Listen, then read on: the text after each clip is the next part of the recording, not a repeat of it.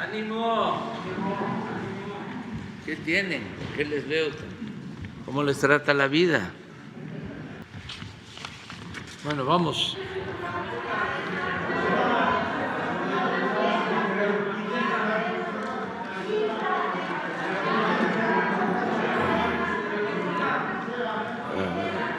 Vamos, ahí están, pues. Pero faltan, son 3, 4, 5, falta una compañera. 6, para que sean 3 y 3. 3 mujeres, 3 hombres.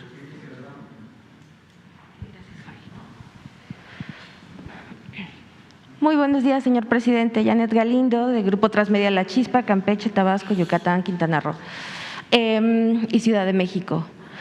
A 2 años ya más de 2 años de haber iniciado esta pandemia, ¿qué reflexión le merece esto? ¿Qué reflexión le ha dejado a México todo este proceso de la pandemia?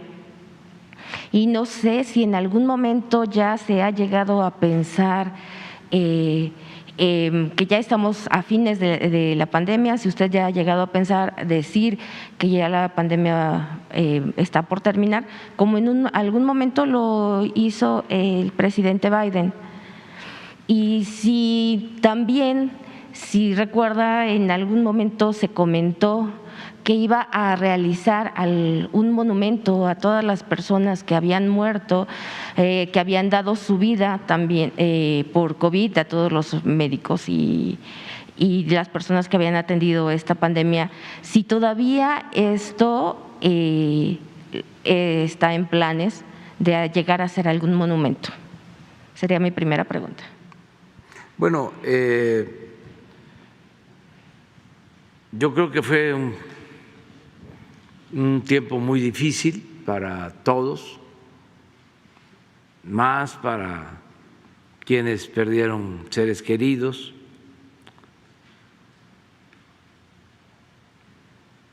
Fueron momentos de tristeza, de incertidumbre, y hemos salido adelante. Desde luego no es un asunto fácil de superar, pero se enfrentó, la gente ayudó mucho, se mostró la solidaridad de los mexicanos, también el apoyo de los médicos, de las enfermeras, de todo el sector salud, como por solo mencionar algo, no hubieron protestas de trabajadores del sector salud,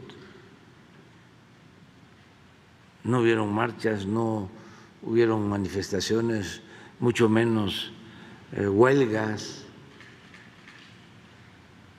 Se aceptaron condiciones especiales de trabajo.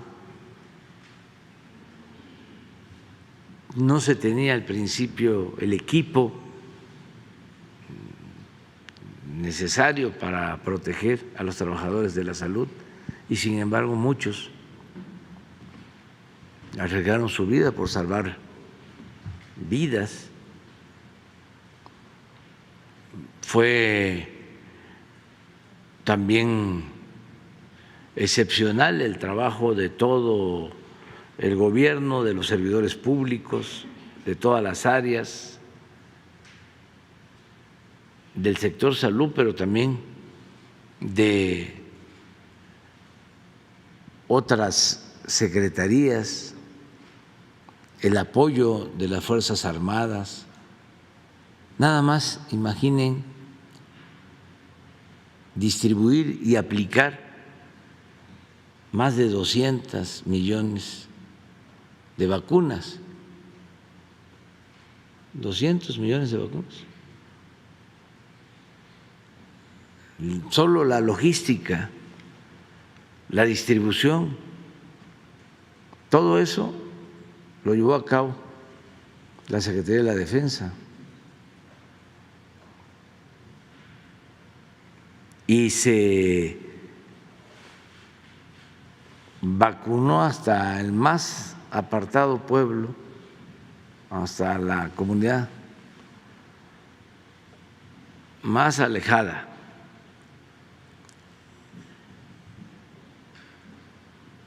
Se levantaron hospitales que estaban inconclusos, se equiparon hospitales, se compraron equipos. Bueno, el pagar por adelantado todas las vacunas, todavía nos deben, pero la decisión fue: vamos a comprarlas y vamos a pagarlas para que no falten. Y salimos adelante con mucho dolor. Yo planteé un ahuehuete, sembré un ahuehuete aquí en Palacio, lo veo y a veces estoy ahí y ya está grande, y lo hice como un homenaje a todos los que perdieron la vida, y ahí va a crecer y no vamos a dejar de reconocer a quienes ayudaron mucho. También la solidaridad de gobiernos extranjeros, nos mandaron equipos. El gobierno de China fue el primero en enviarnos equipos para personal médico, y también los ventiladores que no teníamos. Y luego, pues el gobierno de Estados Unidos, me acuerdo que le pedimos apoyo al presidente Trump en su momento y cumplió enviándonos ventiladores. Luego ayudaron también con vacunas. Recibimos como 10 o 20 millones de vacunas. ¿Cuántas? 20 millones de donativos de vacunas de los distintos gobiernos. 20 millones nos donaron. Entonces ya estamos saliendo, pero no podemos descuidarnos, decir ya pasó todo. Hay que seguir pendientes. Y sí, si pones la lámina, lo más importante es que ya se ha disminuido el número de personas que pierden la vida por COVID. O sea, esa semana del 11 al 17, 2 diarios. Pero acuérdense, lo triste, teníamos más de 1,000 diarios. Llegamos a tener. Y del 18 al 24, aunque todavía falta que se reporten, pero ya no tenemos. Hay estados en donde ya no hay fallecidos.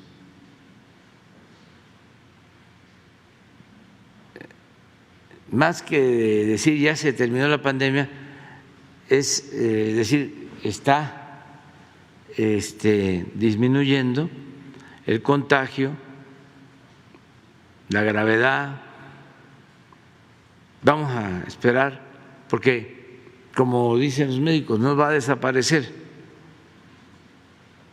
del todo, pero ya no tiene el efecto de pandemia que tuvo.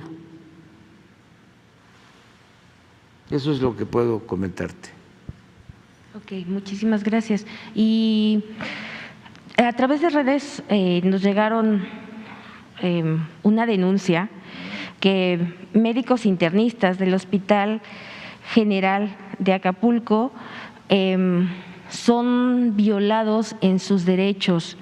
No los dejan salir a comer, los explotan en cuanto a sus horarios. Las médicas internistas son acosadas. Entonces, no sé si de esto tengan información los doctores, ahorita los secretarios de la salud, pero pues esto ocurre en el Hospital General en Acapulco, y a quien están denunciando es a la doctora Fátima Rendón Román. Es una de las médicas que los está acosando. Recogemos tu denuncia. Información. Y aquí está el doctor Alcócer, que despacha en Guerrero y en Acapulco. Precisamente. Él se va a hacer cargo. Ok. Y finalmente, señor presidente, no sé qué es lo que, cómo van los avances, parece que va caminando muy bien.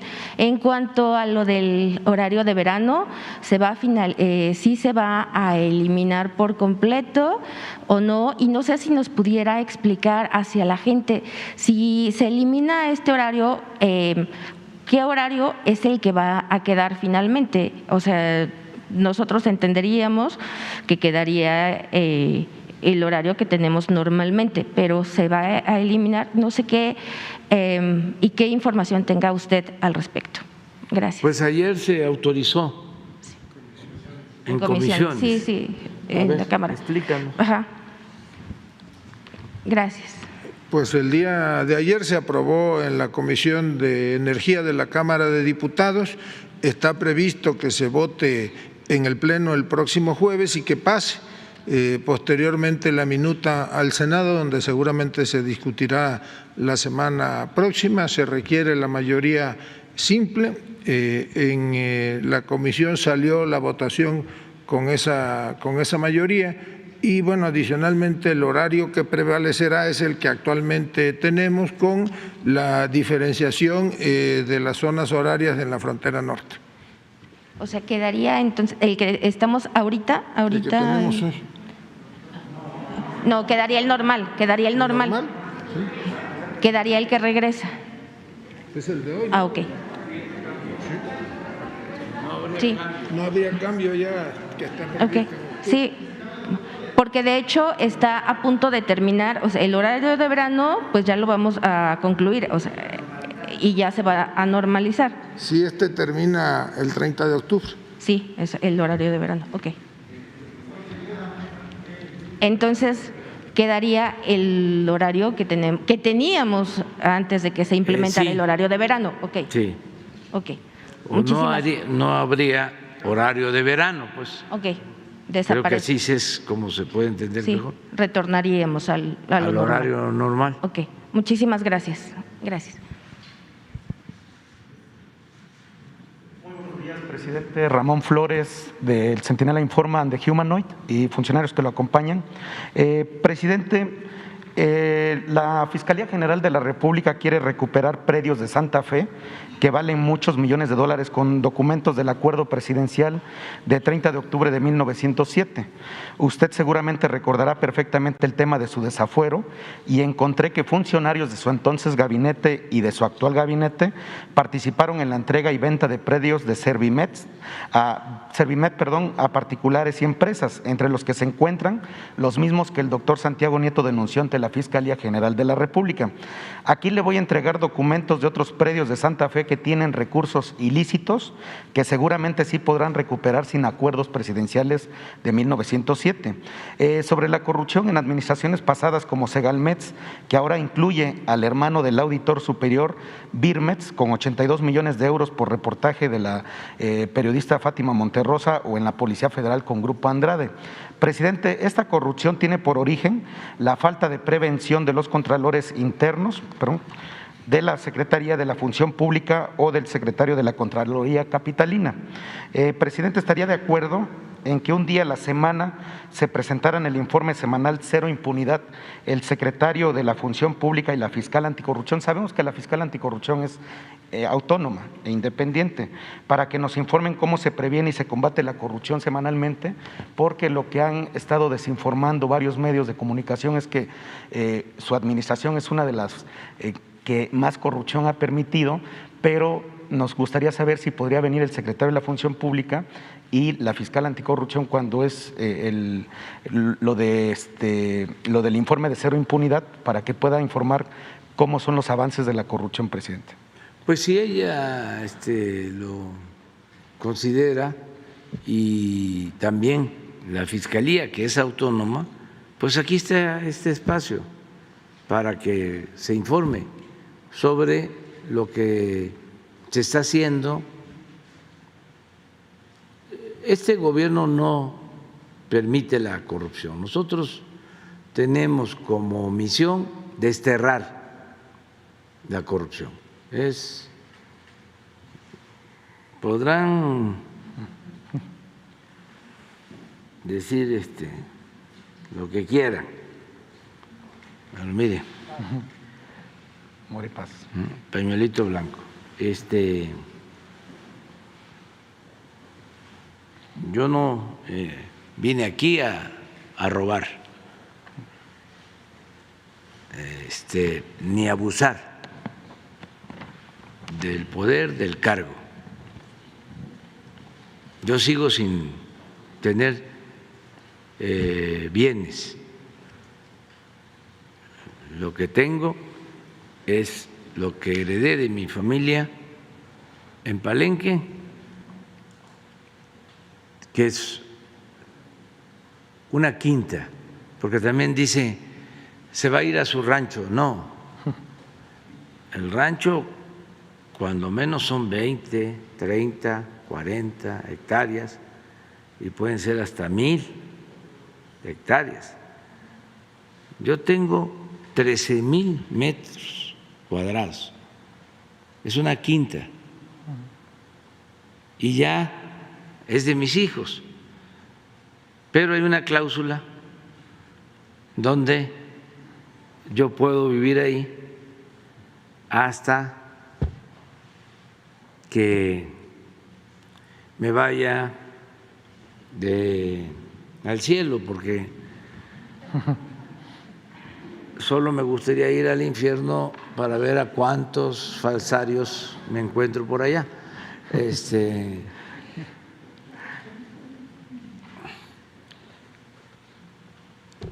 Pero es de mis hijos, no tengo nada más. Mis ingresos, mi sueldo, lo que recibo de regalías por mis libros, eso tiene que ver con Beatriz, ella es la que maneja esos fondos. Yo voy a terminar el gobierno y creo que con los ahorros que tiene Beatriz, con mi pensión del ISSSTE, que ya me corresponde, más la pensión de adulto mayor, con eso voy a tener ingresos para que no me falte lo indispensable. ¿Qué es lo indispensable? Pues la comida, la medicina, lo básico, ropa, pues ya no voy a salir, no voy a estar en actos públicos y con lo que tengo ahora pues no va a alcanzar para el resto de la vida. Los zapatos, pues los que tengo me van a alcanzar, los tenis, los libros, pues ya estoy haciendo mi selección de libros, tengo mi biblioteca, pero como voy a trabajar en una investigación sobre el conservadurismo en México, sobre el pensamiento conservador en México, ya estoy apartando la bibliografía básica para que no tenga yo que estar saliendo. ¿Qué más?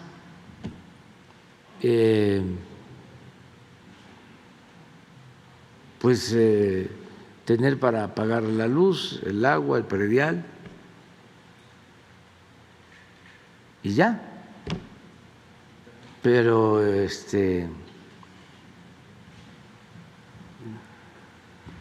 no tengo más gasto y no tengo pensado viajar.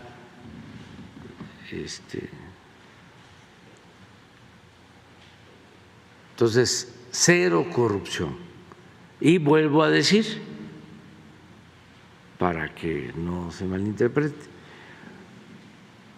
no todo el que tiene es malvado. Hay gente que tiene un patrimonio que lo heredó o lo ha hecho con trabajo, de conformidad con la ley, y merece respeto. Yo estoy en contra, siempre voy a estar en contra de la riqueza malavida, del que se aprovecha de un cargo, del que traiciona al pueblo porque lo eligen para servir y se sirve y se dedica a robar. O del que supuestamente es empresario y es un vulgar traficante de influencia.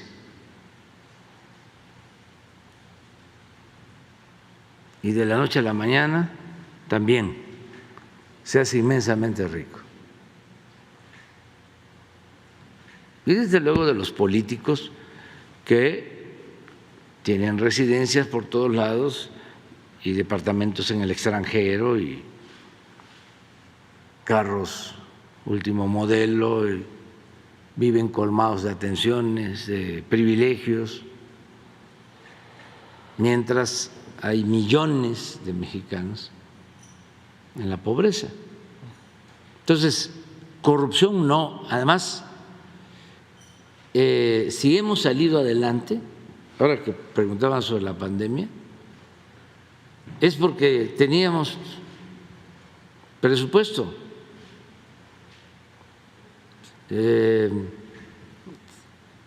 Teníamos 70,000 millones de pesos para comprar vacunas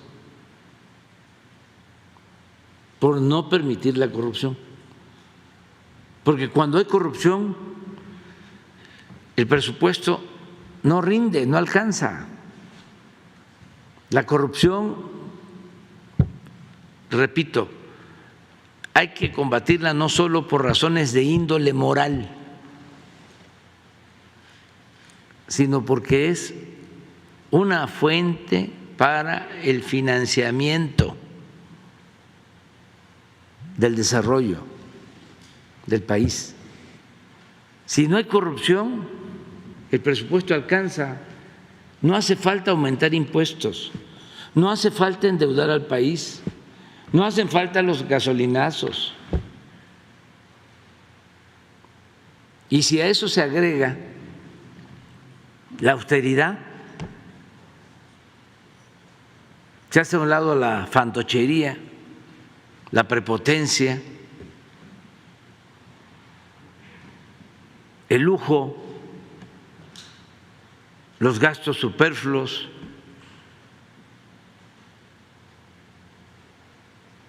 pues imagínense cuánto se ahorra. Estamos destinando como 300,000 millones de pesos para la pensión a adultos mayores. Y con el aumento que viene del 15% a partir de enero, van a ser como 375,000 millones. Y con el aumento que viene en enero del 24, como 450,000 millones de pesos para 12 millones de adultos mayores. ¿De dónde sale el dinero? Bueno, hasta los adversarios.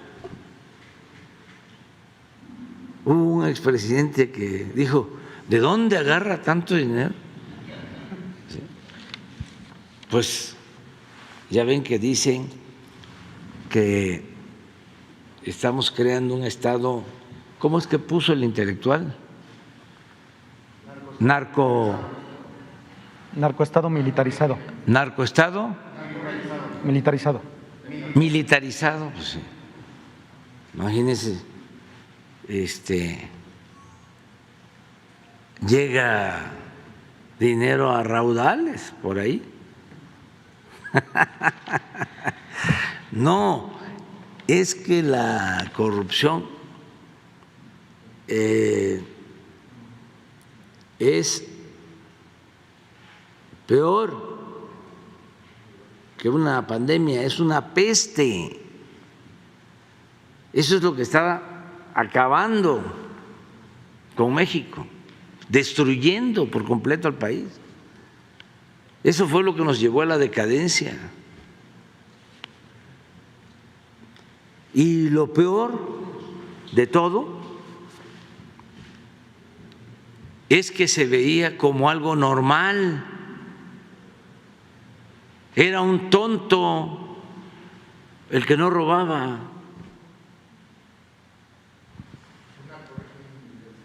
Intelectual, narco régimen militarizado. Entonces, con todo lo que le entrega el narco, ¿no?, al régimen militarizado, pues ahora tenemos bastante. Pero es intelectual de letras libres. ¿Quién sabe libre de quién? Pero esa era la decadencia. Aquí está también. Esto es parte de esa decadencia. Porque estamos hablando de corrupción, pero esto es deshonestidad intelectual, vulgaridad del pensamiento, decadencia. Sobre lo que habla el presidente de intelectuales, ¿verdad, sentir? Sobre los cambios que están mencionando. No, ya lo dijo el Pues ya habló el embajador, pero sale esto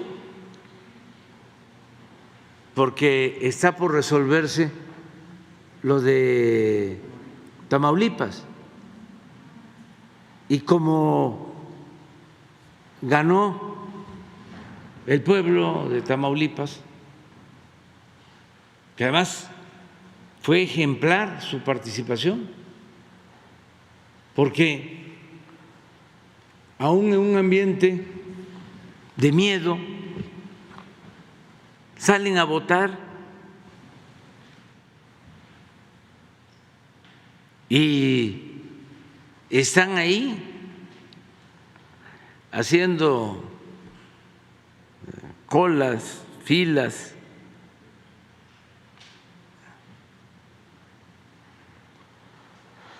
y fue el estado donde hubo más participación ciudadana. Entonces, por eso, pues no sirvió ningún fraude, porque cuando no participa la gente, con 20% de votos que compren, pues con eso pueden hacer un fraude. Pero aquí participó más gente que en Hidalgo, que en Quintana Roo, que en Oaxaca. Entonces, por eso, pues no pudieron. Entonces, como no pudieron con el fraude, porque el pueblo es mucha pieza, el pueblo de Tamaulipas, harto de tanto abuso, de malos gobiernos, que dijo basta. Entonces empiezan, porque qué casualidad que ahora que va a decidir el Tribunal Electoral empiezan con esto, con estas campañas, porque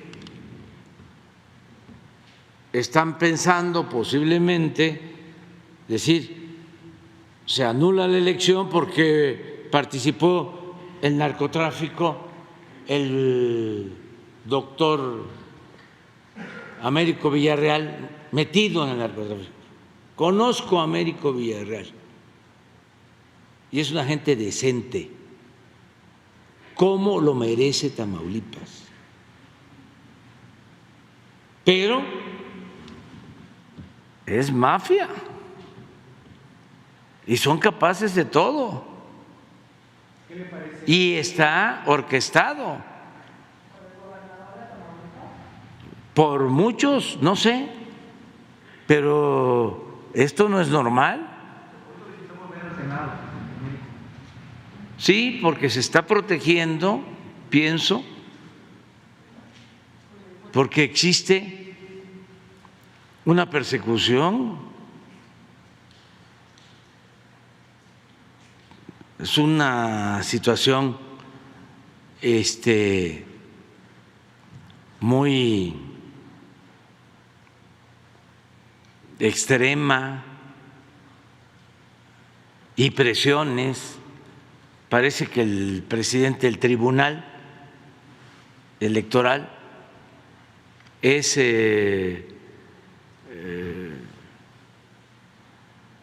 funcionario o fue funcionario de uno de los asesores. Roberto Gil Suárez. De ese señor, sí, que fue del PAN o es del PAN. ¿Qué fue? Asesor, es asesor de Cabeza de Vaca también.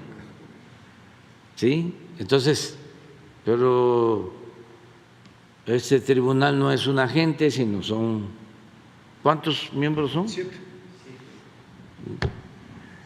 Y a ver, ¿cómo le van a hacer? O sea, sí, yo creo que les falló. Me llamó mucho la atención, ¿no?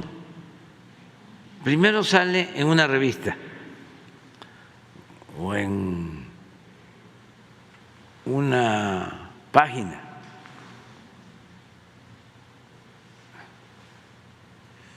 Luego lo retoma un articulista, ¿no? Sí, y luego le dan vuelo, muy armado.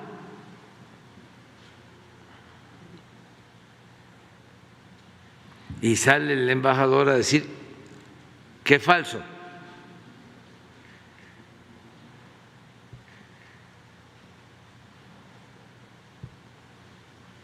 Y todos los intereses que hay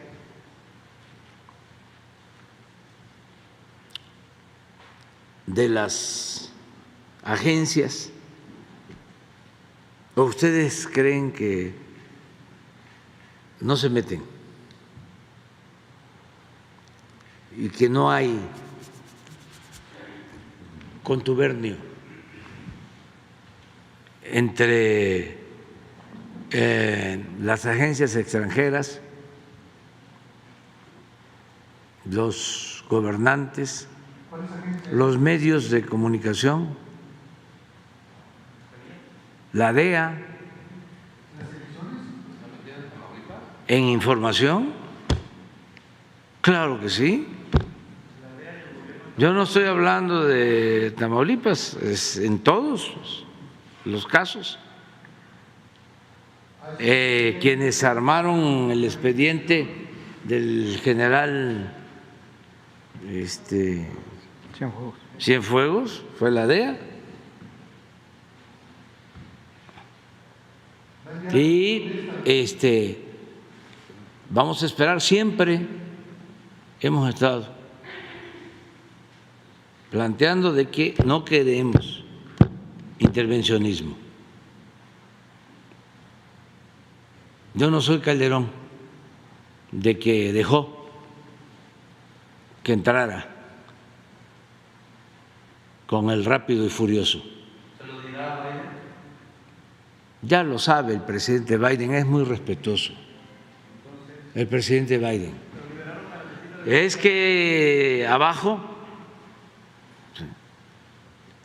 tienen una situación de poca disciplina.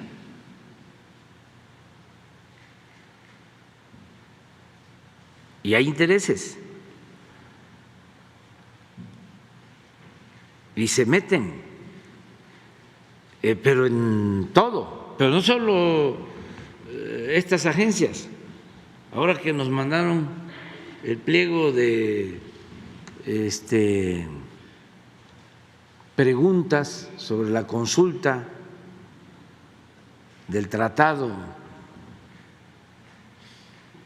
por la cuestión energética,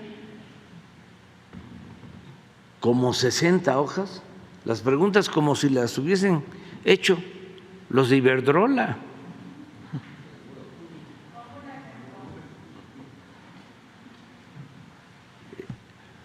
O los que importan gasolinas.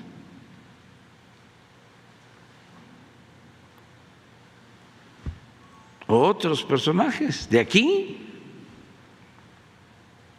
Pues las vamos a contestar todas por respeto, pero no vamos a permitir que vulneren nuestra soberanía.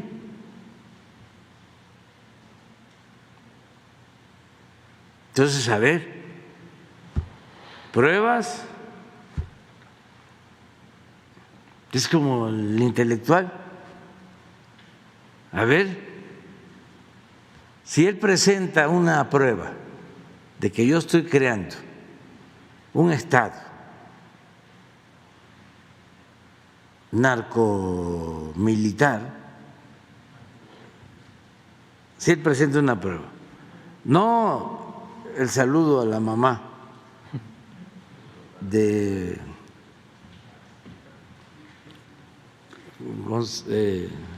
Guzmán Loera, no, pues eso lo volvería a hacer, ya lo he dicho, que respeto mucho a los adultos. Además, le tengo respeto a toda la gente. No. Pruebas. Si él presenta pruebas, yo renuncio. Pero si no presenta prueba, pues que ofrezca una disculpa.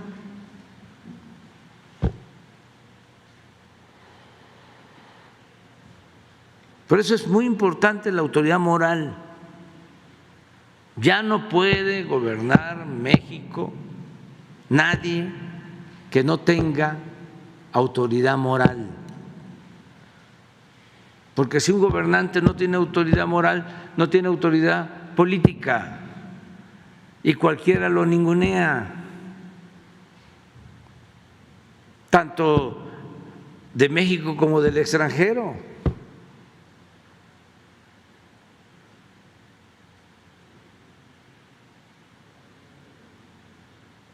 El doctor Américo Villarreal, una gente de primera, decente, honesto, pero es Tamaulipas.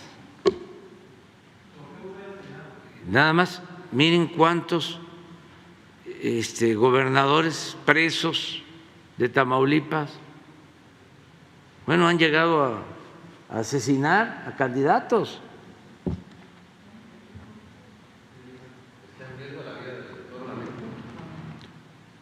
Pues deben de estar preocupadas sus familias, pero decirle al doctor que no está solo,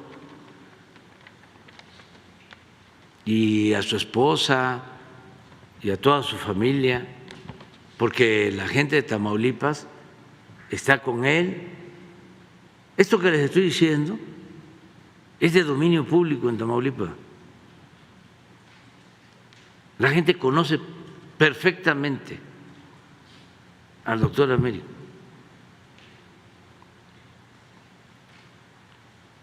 Lo único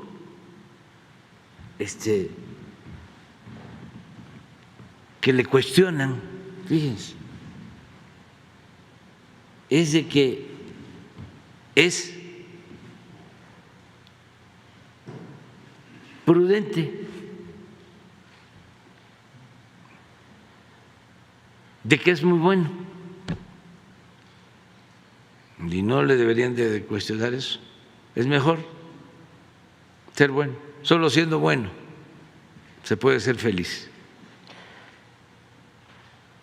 porque está la idea de que el gobernante tiene que ser malo. Acuérdense que Pani una vez declaró que era muy amigo de Obregón y le dijo una gente cercana: oiga, ¿y por qué no es usted el candidato a la presidencia si Obregón es su amigo? Y Pani le contestó: porque no podría yo mandar a matar a nadie. En aquellos tiempos.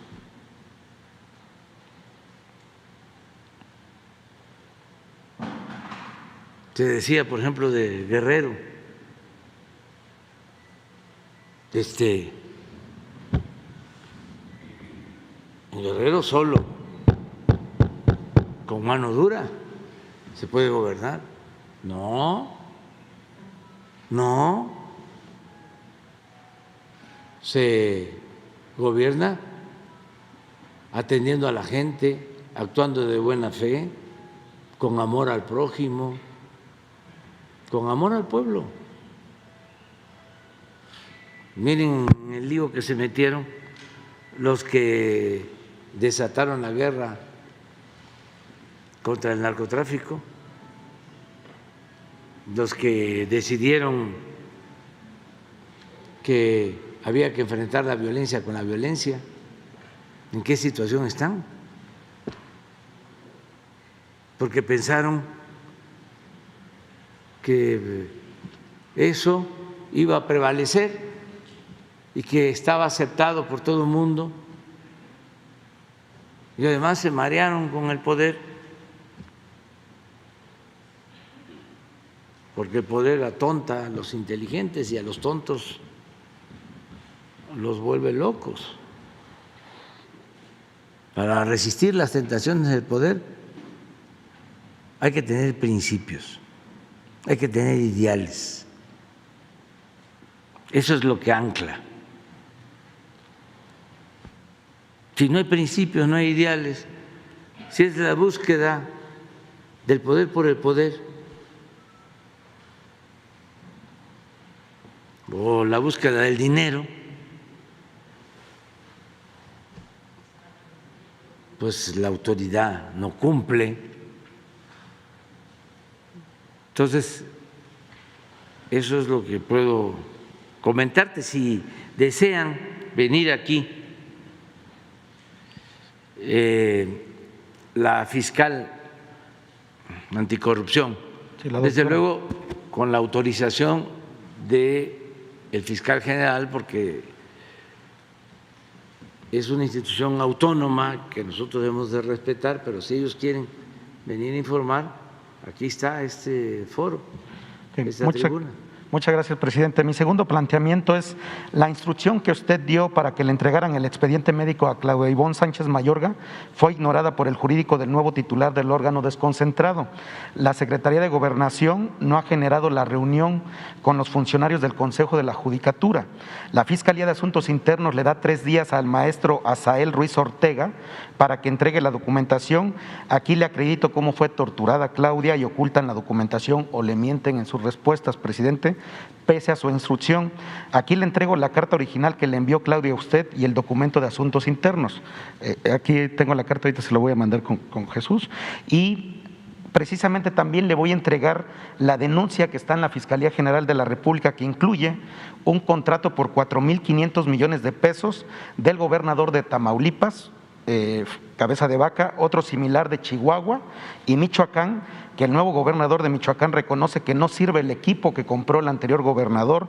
Son postes con una cámara de 900,000 pesos cada una de Seguritech, o las nuevas patrullas también que están en Coajimalpa y Álvaro Obregón que le dieron a Grupo Andrade. Por lo anterior, usted le podría solicitar al secretario de Gobernación que si le puedo entregar toda esta documentación para que pueda checar a la un gobernador de Tamaulipas que tiene este desvío por 4,500 millones de pesos, presidente. Sí, está autorizado. O sea, ahora que terminen, le entregas la información. Sí, muchas gracias. Sí.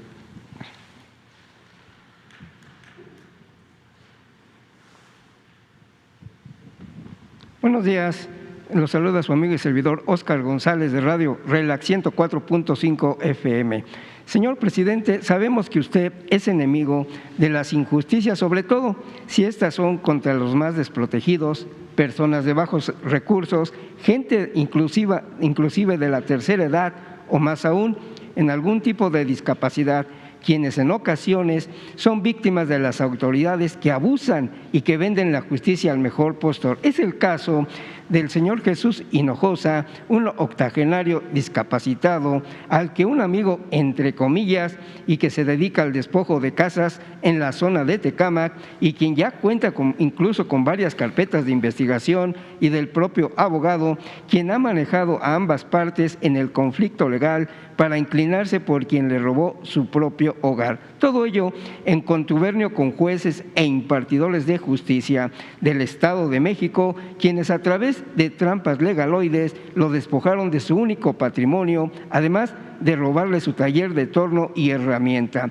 Esta injusticia dio inicio en el mes de abril del año 2008. Desde entonces ha sido su peregrinar en ministerios públicos, juzgados, magistrados, buscando se le haga justicia, ya que nunca le fue pagada su casa. Ha hecho llamadas a través de medios de comunicación al propio fiscal general del Estado de México, al gobernador de esa entidad mexiquense, y todo lo anterior, señor presidente, traigo el complemento de las copias del expediente y que fue ventilado en varios juzgados, fechas de audiencias amañadas hasta la culminación del juicio con el fallo a favor de los abusivos despojadores. Ante ello, este humilde hombre cree todavía en la ley de los hombres, también en la justicia divina, y quien pide humildemente su valiosa cooperación y ayuda para que se haga justicia. Señor presidente, ¿es cuánto? Sí, déjanos la información y nosotros vamos a participar y vamos a ayudarlos, aunque se trata de el Estado de México, pero es buena la relación con el gobierno del Estado de México y estoy seguro que se les va a dar ayuda, asesoría. ¿Nos dejas la información con Jesús? Con Jesús. Sí. Otro punto, señor presidente, otro punto es de que un tema y una pregunta.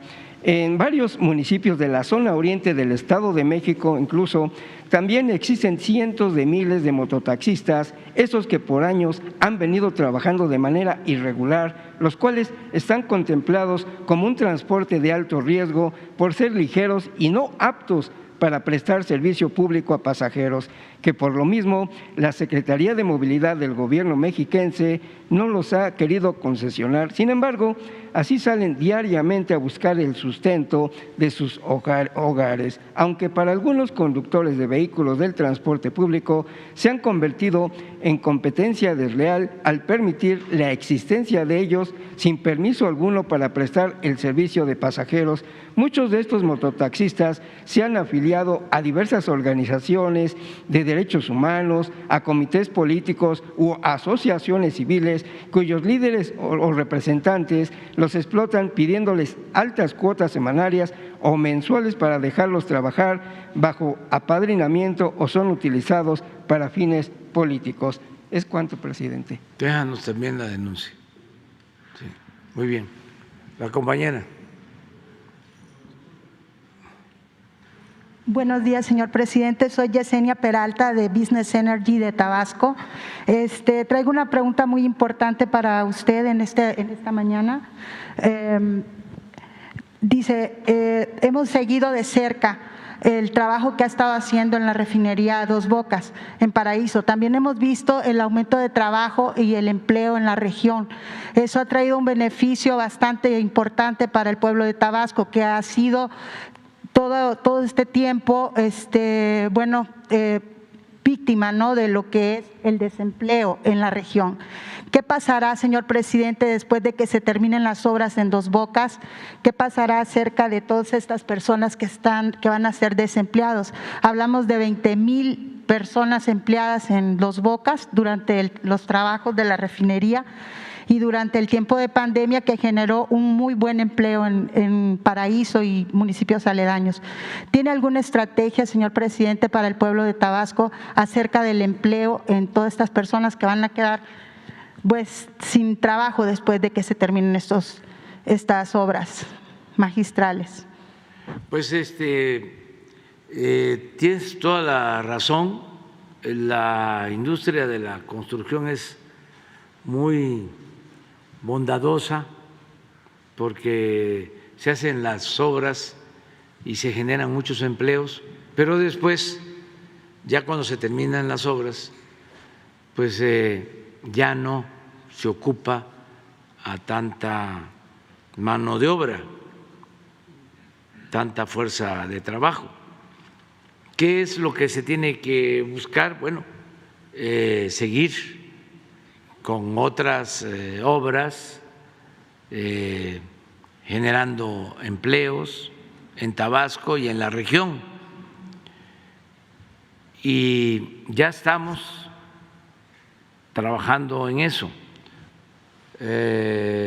Por ejemplo, una empresa que trabajó y sigue haciéndolo, pero ya tiene menos personal, como ICA,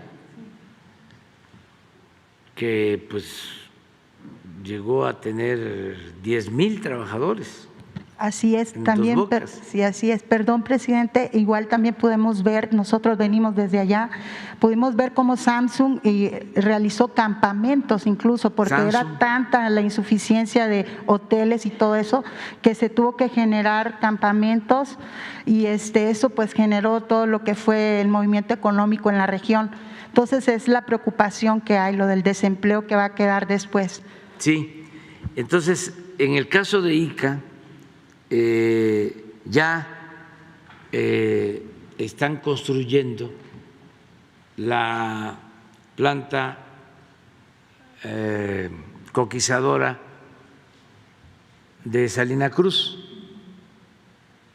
Todos esos trabajadores, casi todos, van a tener empleo, porque es una inversión de alrededor de 2.500 millones de dólares. Por eso la impulsamos, para que quienes se quedaran sin trabajo en Dos Bocas tuviesen garantizado ese empleo. La planta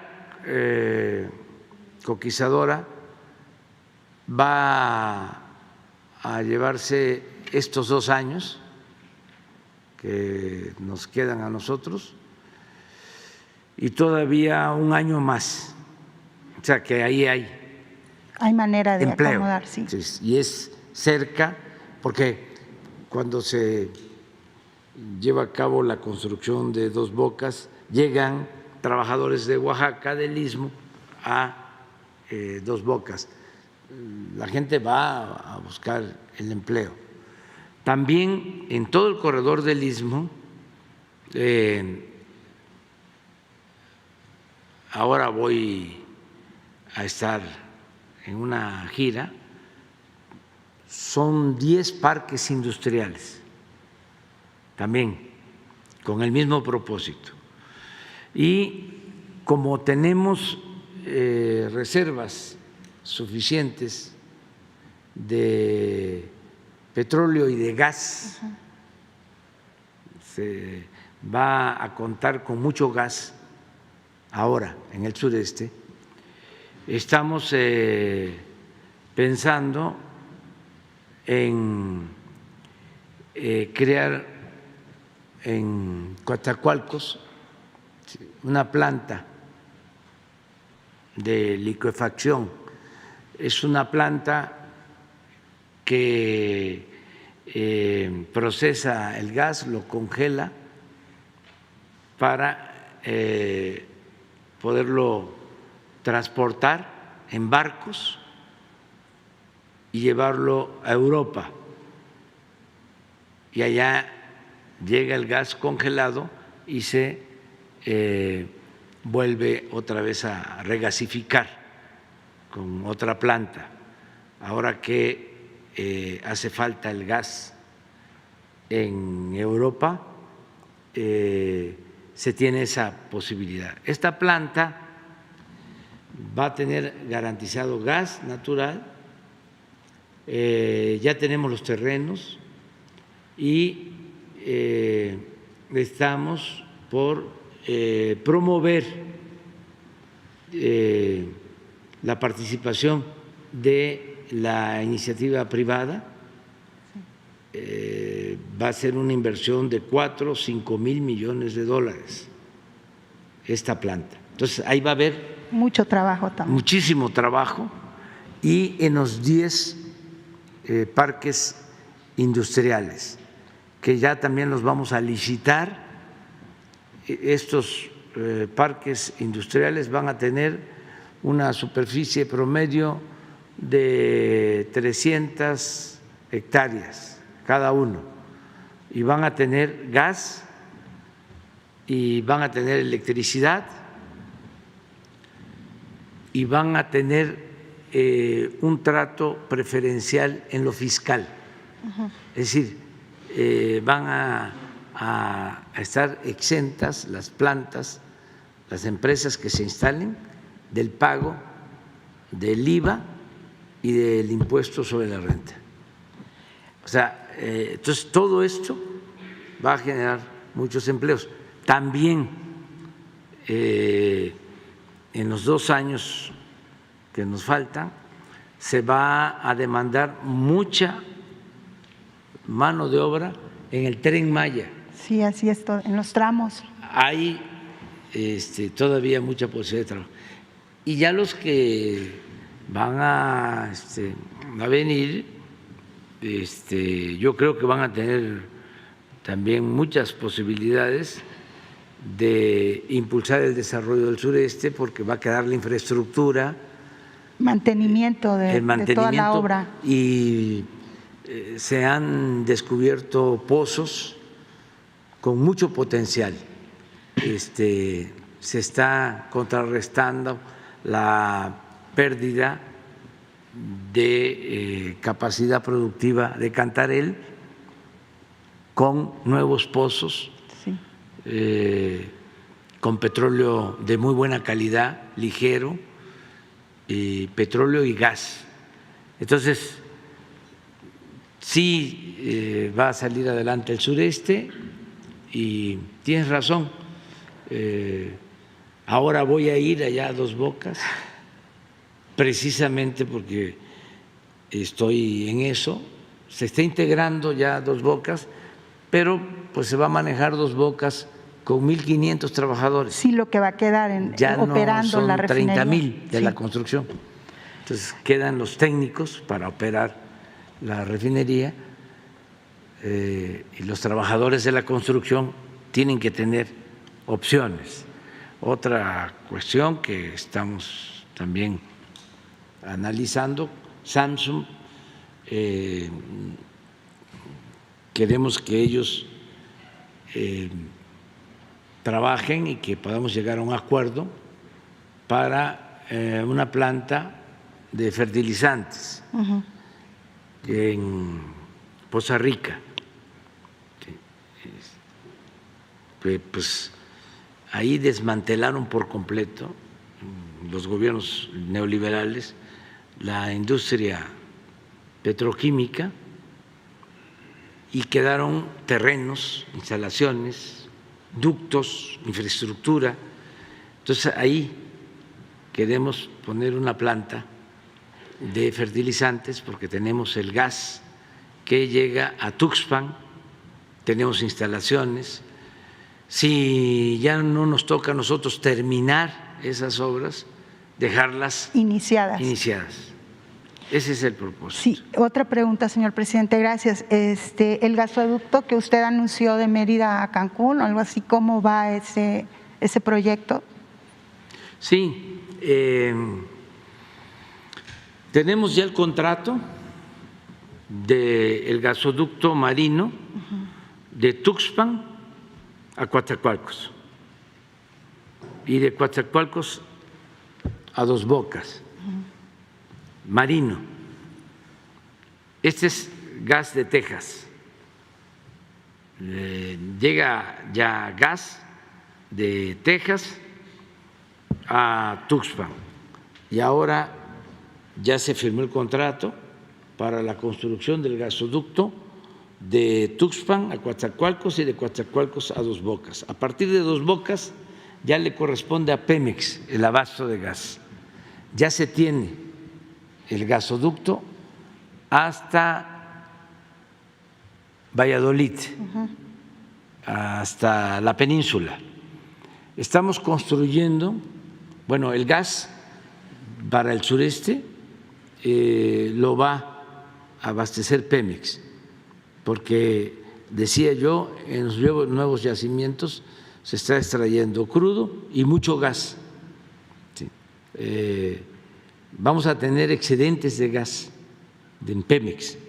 Entonces, con este gasoducto se va a llevar el gas para dos plantas termoeléctricas que ya iniciamos, ya estamos construyendo, una en Mérida y otra en Valladolid, para que no falte la energía eléctrica en la península de Yucatán.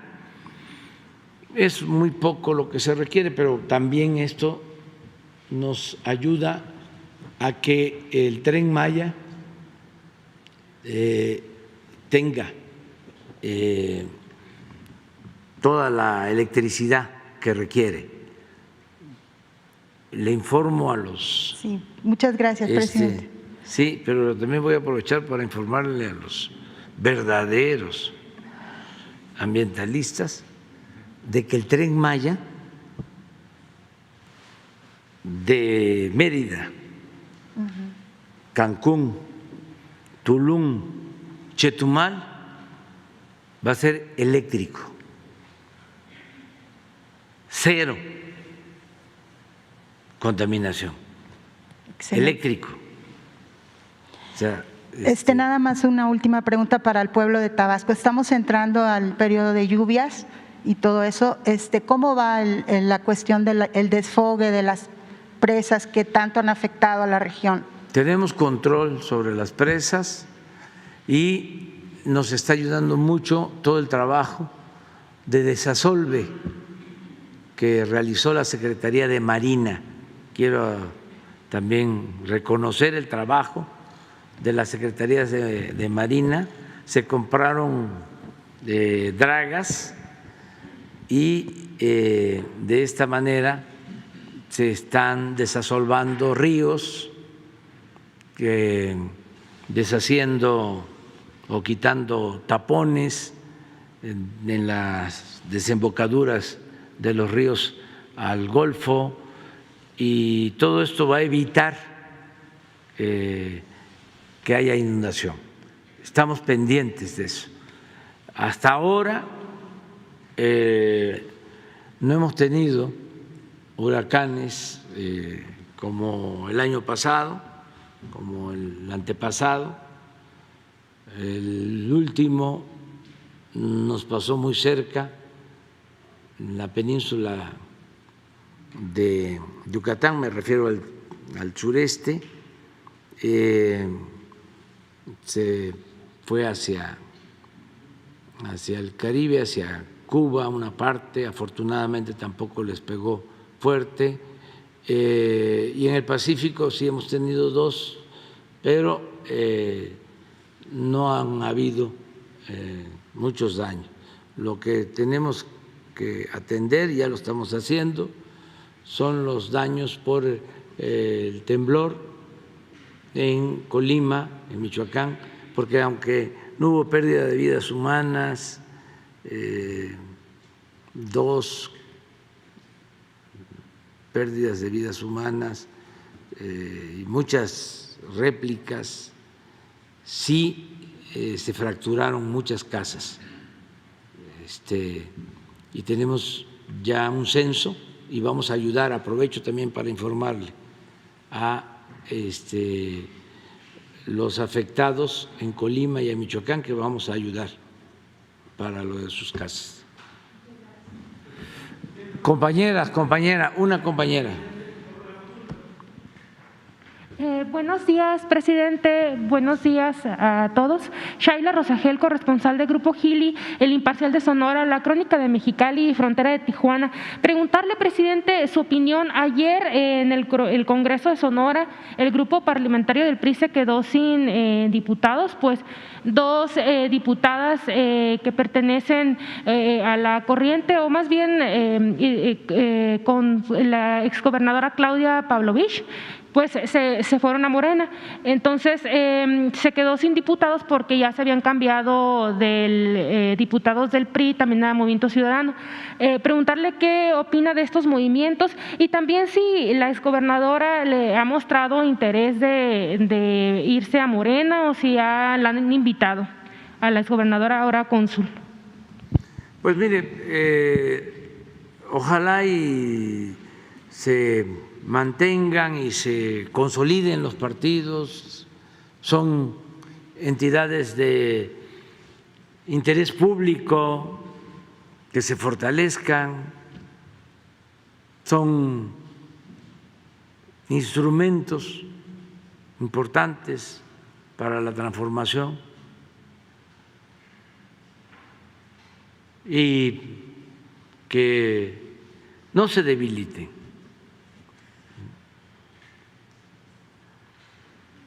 Y ojalá y les vaya muy bien a todos los partidos,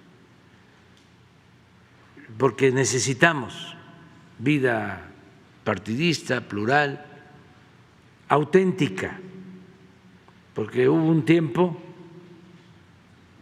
en que para fingir de que había democracia se creaban partidos paleros.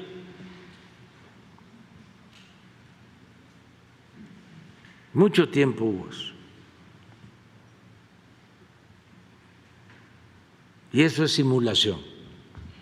Tiene que haber una auténtica oposición, partidos verdaderamente independientes, independientes del poder político y del poder económico. Entonces yo deseo eso para todos los partidos y siempre vamos a ser muy respetuosos de la vida interna de los partidos. Acerca de la exgobernadora de Sonora, Claudia Pavlovich, es una mujer inteligente, de una muy buena tradición política, heredada de su madre, que fue de las iniciadoras del movimiento político de las mujeres en Sonora, como la señora Griselda Álvarez, la afinada, así, mujeres que merecen todo nuestro respeto, toda nuestra admiración, porque les tocó abrir espacios. Antes la política pues era nada más para hombres, ni siquiera se les permitía votar a las mujeres. Ahora es distinto, están participando muchas mujeres. Yo tengo el orgullo de haber participado en todas estas reformas para que cada vez haya más mujeres. Siempre cuidamos nosotros aquí de que no predominen los hombres. Hay secretarías en donde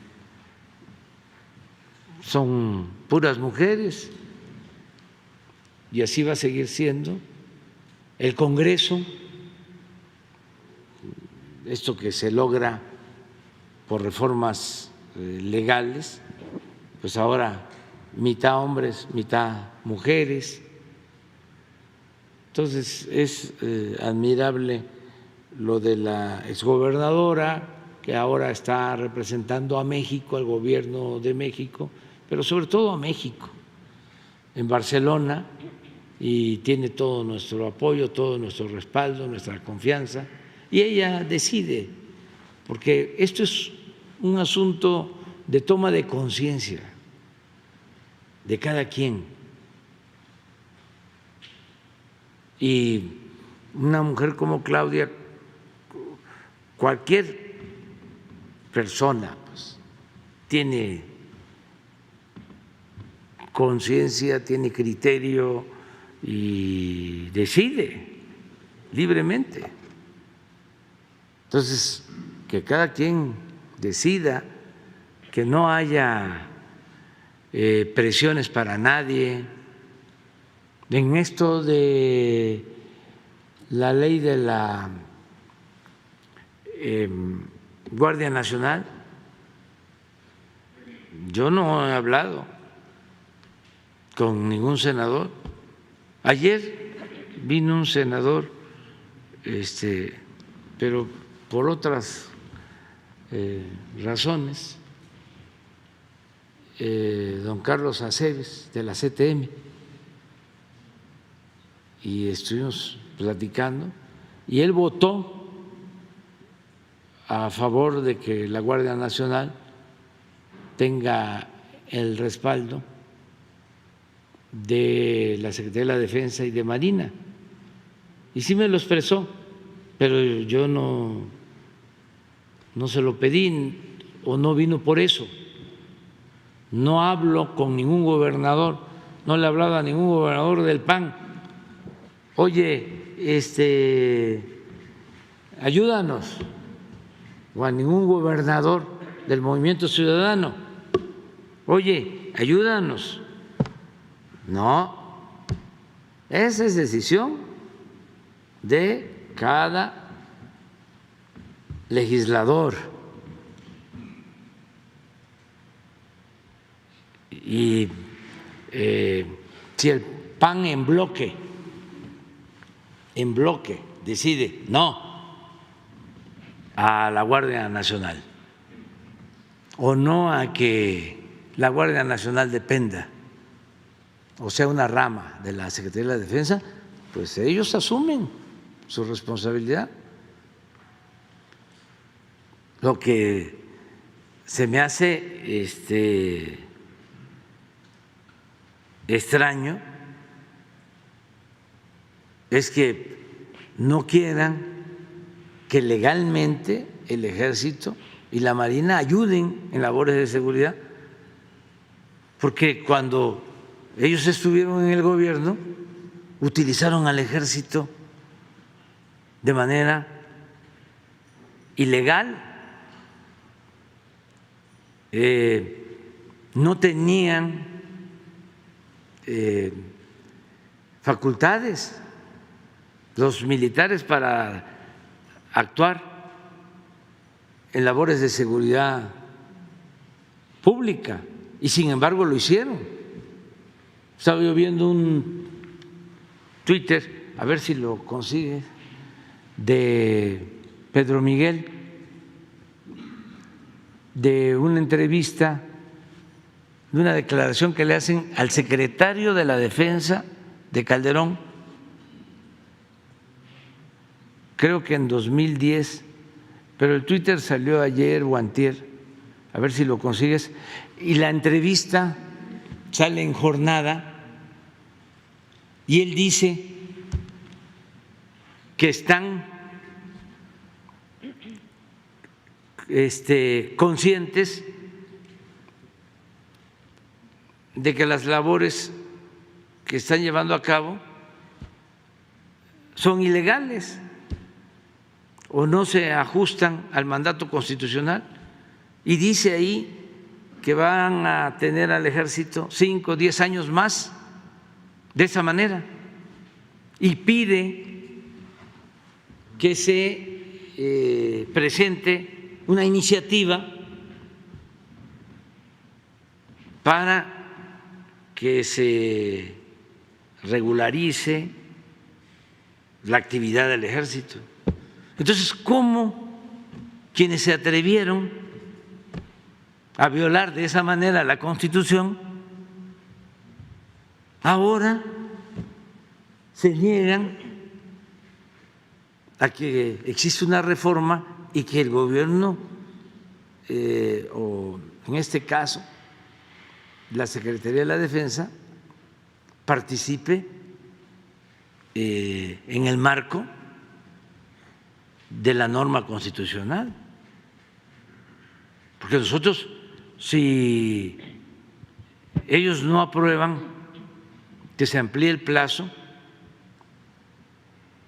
en marzo del 24, no podríamos, porque no vamos a violar la Constitución, no somos como ellos, con todo respeto. Imagínense si así cuidamos y estamos pendientes, y hay mucha conciencia al interior del Ejército de que no se deben de violar derechos humanos. Imagínense si después de marzo siguen actuando los militares en labores de seguridad pública y hay, toco madera, una masacre, que no lo podríamos nosotros permitir de ninguna manera. Es, no participan, no participan. Pero sí creo que es un acto irracional de perturbación política, de politiquería, el no entender que necesitamos del apoyo de las Fuerzas Armadas para dar garantías de seguridad a la gente y fortalecer a la Guardia Nacional, y que lo más importante es la seguridad pública.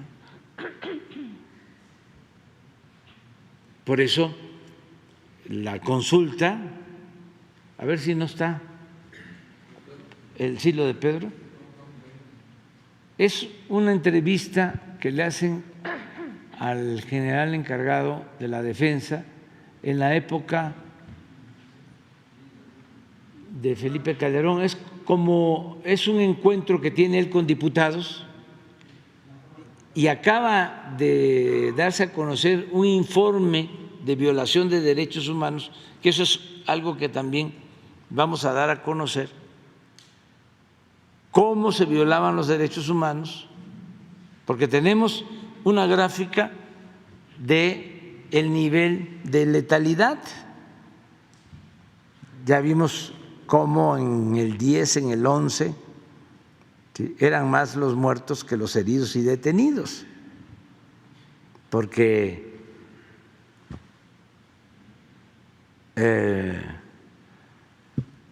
remataban a heridos. Pero ahora estoy pidiendo una gráfica sobre quejas en el gobierno de Calderón, violaciones de derechos humanos, recomendaciones de la Comisión de Derechos Humanos durante Calderón, durante Peña y en lo que va del gobierno nuestro. O sea, ¿cuántas quejas de violación de derechos humanos emitía la Comisión de Derechos Humanos con Calderón? ¿Cuántas recomendaciones? Lo mismo con Peña. ¿Y cuántas ahora? Con Calderón y Peña, Ejército, Marina y Policía Federal. Y con nosotros, Ejército, Marina y Guardia Nacional. Fue fundada con militares, que eso no lo oculta Vicente Fox, porque lo crearon con el 5º, 4º, 3er batallón, y los disfrazaron de policías federales preventivos para reprimir a los del CQH. Sí, pero es evidente lo que la tienes.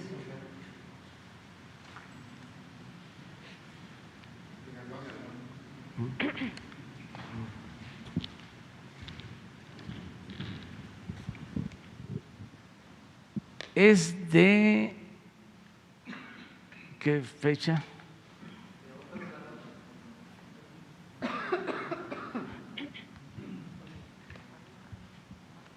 No, pero me interesa la nota de la jornada.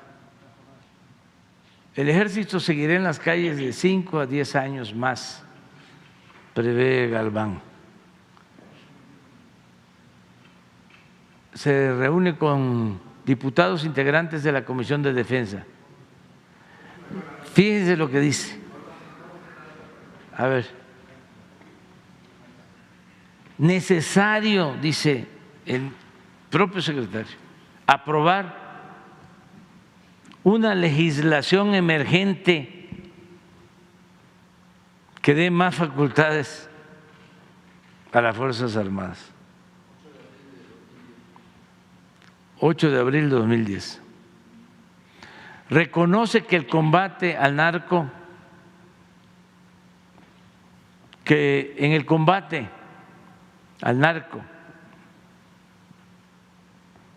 los militares realizan una tarea que no les corresponde, porque no estaba en la Constitución. Pero ya esa es toda la nota.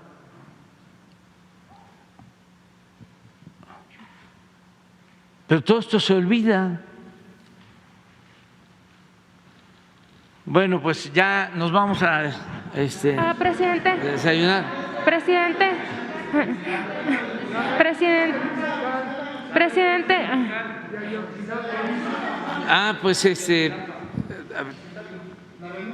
presidente. Pues sí, él va a dejar el cargo, tengo esa información, y la Fiscalía va a nombrar otro fiscal. Vamos a continuar.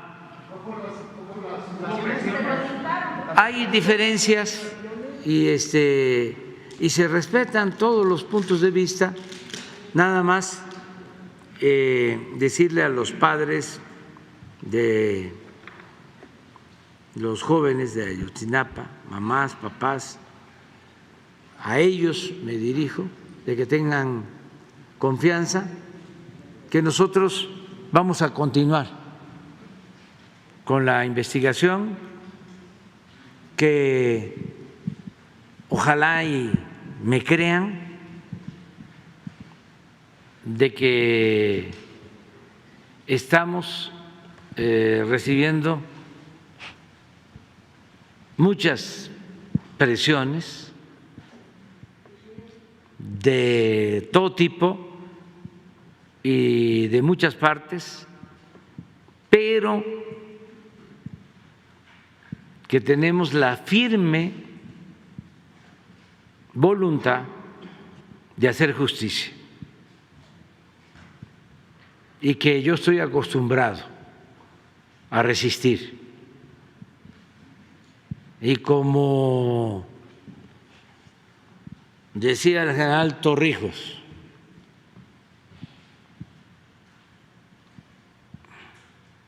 el que se aflige se afloja. Presidente. Permítanme, porque esto es muy importante, que no estén pensando nuestros adversarios conservadores, los corruptos, los que ordenaron este crimen, los que encubrieron a los responsables, los pseudo defensores de derechos humanos, que en realidad son partidarios del conservadurismo, que no estén pensando de que van a descarrilar la investigación. Vamos a seguir adelante, sin limitaciones, sin presiones. Ya sabemos lo que viene después. O sea, vienen otras denuncias, Presidente. porque van a querer enrarecer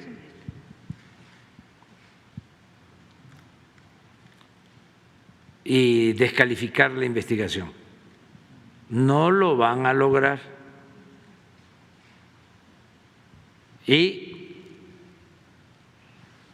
que sepan que así como ellos van a apostar a difamar, a degradar, a debilitar las instituciones, lo mismo vamos a hacer nosotros, respetando la libertad de expresión, informándole al pueblo de todo.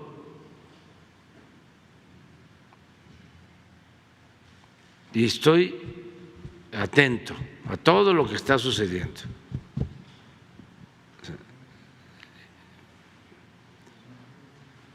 Decirle a los padres que estamos actuando de conformidad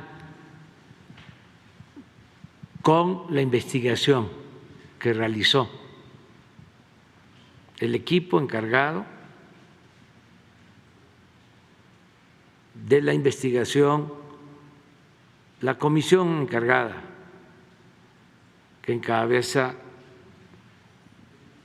Alejandro Encinas, y que no hay impunidad para nadie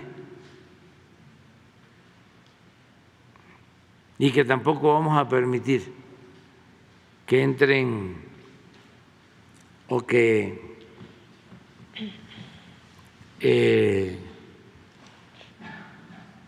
quieran los sopilotes y buitres y halcones, ¿no? Y cómplices. Es que una de las cosas que ayer me dejó anonadado cuando estaba yo escuchando la transmisión en vivo de control remoto de El Milenio, pues claro que hay libertad de expresión, ¿no? Y es noticia, pero ahora se volvieron defensores. Al abogado de los padres le dieron todo el tiempo. Primero abrió la nota, luego cerró, fue como una transmisión especial y resulta que ese periódico fue el que difundió todo lo relacionado, sus articulistas, creo que era hasta director del periódico, Marín, el que negó de que tuviesen razón los padres y defendió la llamada verdad histórica, y ahora ya cambió, un gran viraje. Por eso me quedé sorprendido. Entonces, vamos a continuar con lo mismo y todo mi respeto a los padres. Eso es lo único, lo más limpio, puro que hay, lo más sincero, lo más íntimo. Todo lo demás, porque hasta los más cercanos, supuestamente defensores, abogados y todo, ya es otro asunto. Hay unos auténticos y otros muy falsarios, acostumbrados a traficar con el dolor humano, a sacar raja, a sacar provecho del dolor humano. Presidente. El fiscal se va porque no estuvo de acuerdo con los procedimientos que se siguieron para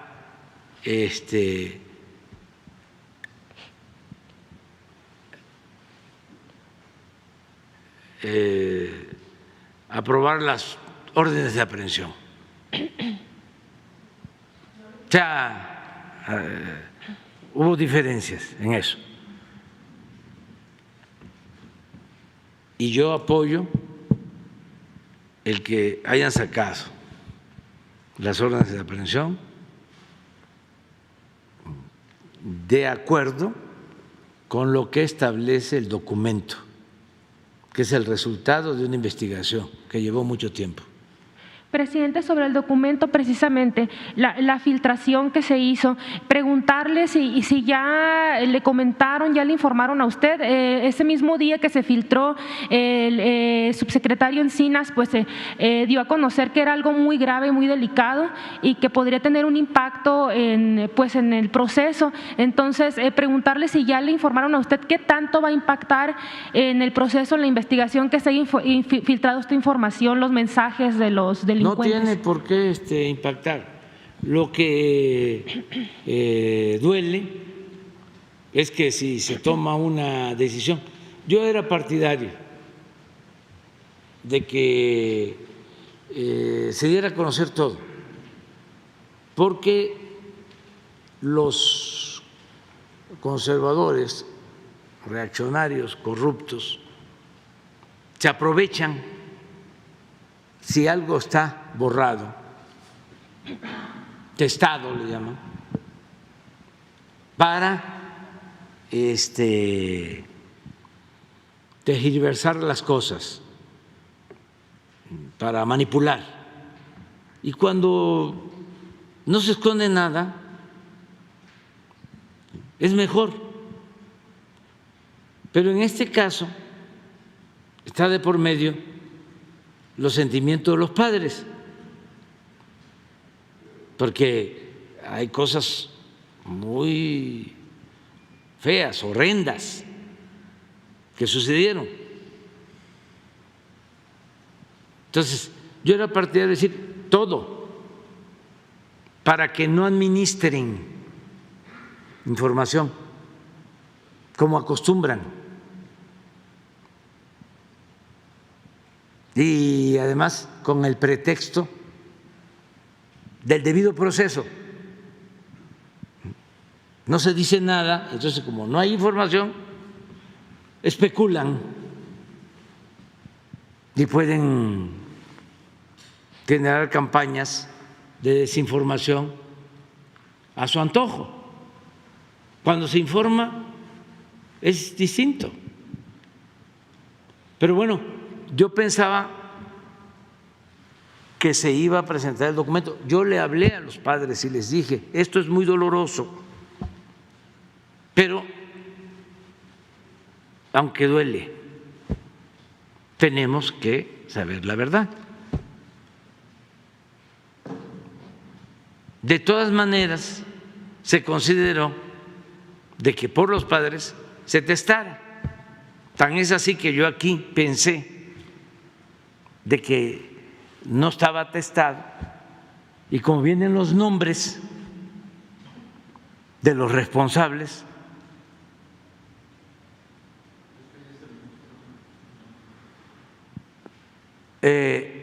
yo dije, a ver, ahí están los nombres. Estos son los responsables de acuerdo a la investigación que se hizo. Y esto es lo que se está solicitando a la Fiscalía. Estas son las órdenes de aprehensión de la Fiscalía. Ponemos el documento aquí y encontramos los nombres testados. Entonces yo digo aquí mismo, a ver, que se haga una gestión para que se den a conocer los nombres y que no se ponga por delante, porque es un asunto de justicia importantísimo, lo del debido proceso. Bueno, pasa el tiempo, irán a conocer la filtración ya con los nombres y con otras cuestiones pues muy delicadas. Pero si se piensa, por lo que tú me estás preguntando, que porque se dio a conocer una filtración y que están los nombres, ya con eso se anula la investigación, no, porque entonces sería avalar ya el método del juez de Matamoros. Ya se presentó una denuncia formal en contra de él, una denuncia a la Fiscalía, que no puede ser que por cuestiones de forma se pisotee la justicia. ¿Cómo se van a dejar en libertad a 120 presuntos responsables de hechos tan lamentables como la desaparición de los jóvenes de Ayotzinapa?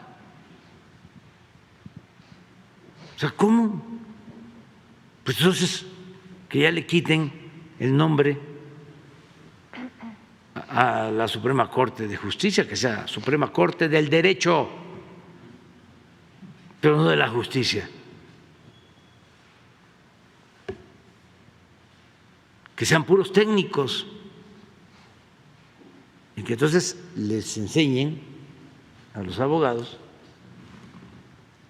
que para iniciar una investigación tienes que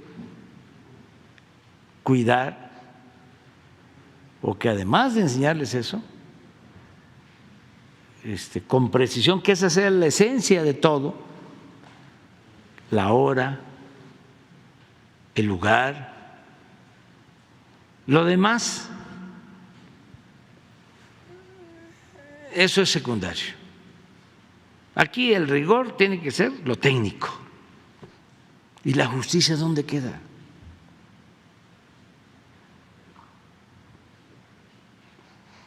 Entonces, por eso es debido proceso o debido pretexto. ¿Y de quién es la culpa? Que del Ministerio Público, que no integra bien la averiguación o el expediente.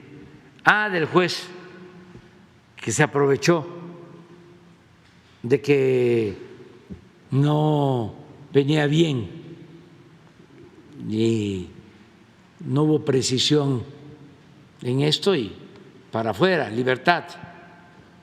¿Saben que ayer, antier, un juez, a ver, ¿por qué no lo pones? A ver, ayer, antier, perdón, Jesús, háblale a Ricardo Mejía, de un caso no sé dónde, donde el juez dicta libertad por lo mismo a un presunto delincuente. Y afortunadamente se encuentra que tiene una orden de aprehensión por homicidio, por otro caso. Pero ya lo había dejado en libertad. Entonces hay que estar pendientes de todo. Tenemos el caso del señor que ya está mayor y que Félix Gallardo, sí. Y el juez insiste. Y pues sí, está enfermo y nosotros queremos ayudarle, pero imagínense si tiene las denuncias, incluso en Estados Unidos, sale en libertad. ¿Quién queda mal? ¿Es el juez solo? ¿Es el Poder Judicial? No, es México. Es lo mismo. En México hay impunidad.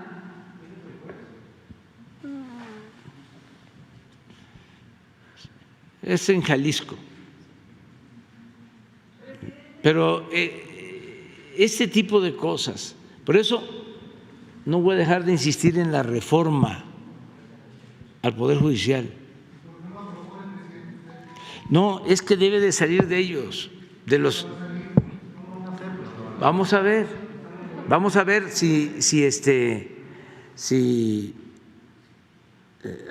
ver cómo avanza.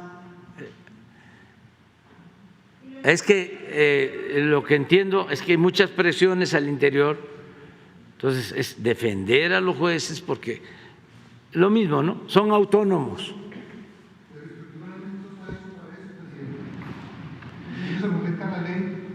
Pero existe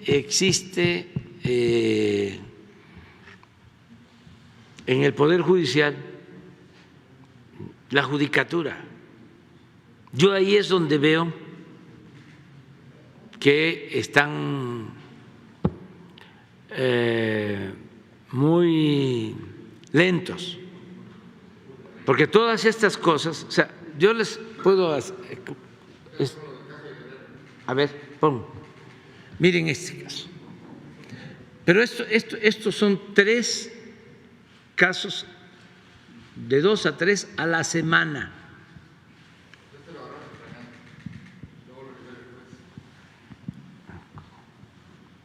Ah, sí, es un caso de Guerrero.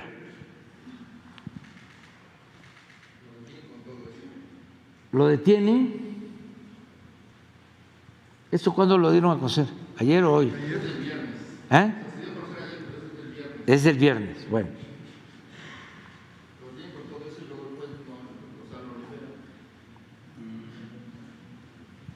Entonces lo liberan. A ver, pero ¿no tiene la siguiente?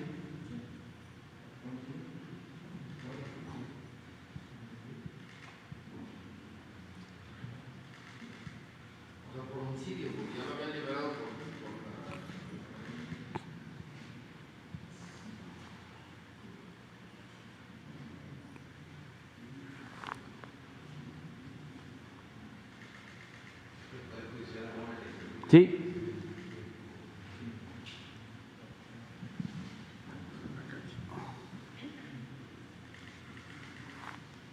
Estaba en la calle por homicidio calificado.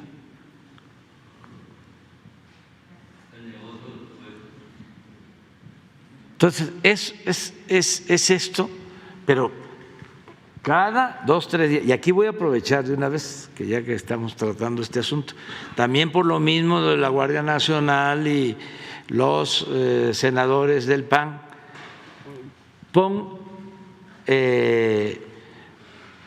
la incidencia delictiva, pero sobre todo homicidios en Guanajuato, el fin de semana y ayer.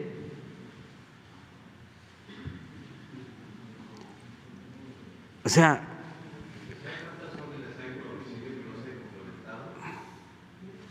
muchas, no sé, pero muchas, pero esto constantemente lo estamos viendo y tenemos que andar ahora sí que a las vivas. Y eso de los sabadazos es frecuente. ¿De cuándo es esto? Mire, el fin de semana.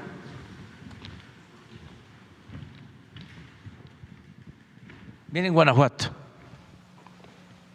que son de los que más se oponen.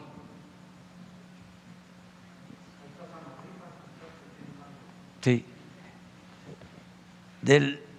Es viernes, sábado y domingo. O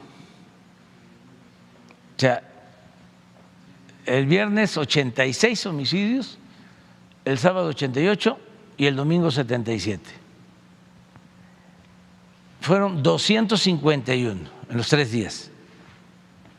De esos 251, mire Guanajuato, 43, 17% de todos los homicidios. A ver, la de hoy, que es el lunes, baja a 60,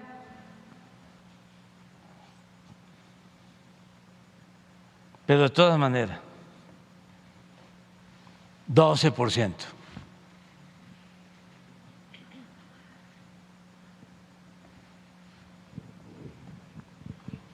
También, ayer, por ejemplo, 2 estados sin homicidio. Y otro dato que es interesante, a ver si no tienen lo de homicidios vinculados al crimen organizado. Sí, de estos 60, 50 vinculados al crimen organizado. Y el fin de semana,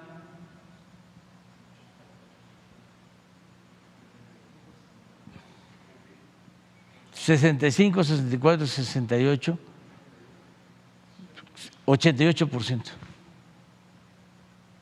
sea, son enfrentamientos entre grupos. El fin de semana apareció tapizado Guanajuato de mantas de la lucha interna que tienen ahí. Pero bueno. Presidente, gracias. Nada más preguntarle si tiene información, presidente, de los bloqueos que continúan en la carretera y en Sonora, que se le atribuyen a algunos grupos de la tribu yaqui. Está habiendo algunos conatos de violencia allí entre transportistas, hay quejas también de transportistas y de personas que circulan, porque continúan los bloqueos en Bicam, en Guasimas. Entonces, yo recuerdo que en alguna de las visitas que usted hizo, pues se les planteó ya a la tribu yaqui que dejaran de hacer estos bloqueos. ¿Qué información tiene sobre los bloqueos y si va a haber algún acuerdo con ellos para que se había los retiren? suspendido, había una especie de tregua y ahora que me estás diciendo, pues pienso que ya se rompió la tregua. Hay que ver qué va a hacer el gobernador. Tiene nuestro apoyo.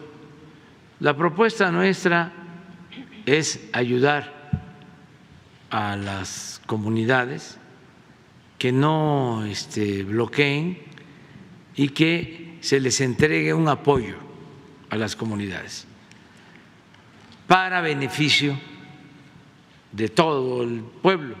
Por ejemplo, para el mantenimiento de las obras que se están haciendo, para caminos, beneficio de la comunidad. Que no sea lucro de unos cuantos, como sucedía con las casetas, de que las tomaban y cobraban y tenían ya una forma de tener ingresos de manera ilegal, un grupo, y eso se terminó, ya nada más nos queda ahí, porque hemos actuado con mucha prudencia, porque es que queremos mucho a los yaquis, los queremos mucho, y yo los respeto mucho porque es la etnia más reprimida en toda la historia de México, el grupo más reprimido. Asesinaron durante el Porfiriato a más de 15,000 yaquis y sufrieron mucho, deportaciones, y les arrebataron, los despojaron de sus tierras, de sus aguas, y por eso hay un plan de justicia yaqui. Antes de la barbaridad de Hitler, yo creo que en el mundo el mayor exterminio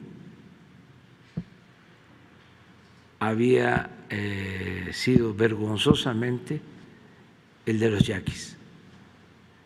Entonces, hay quienes abusan,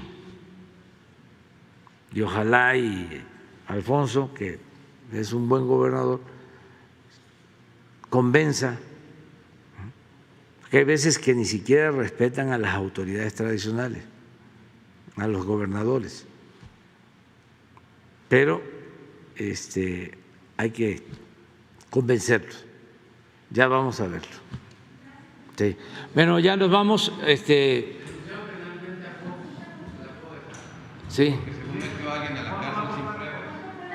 Sí, pero ya quedó. Y lo que viene, como se decía, ¿se acuerdan antes en las novelas continuará.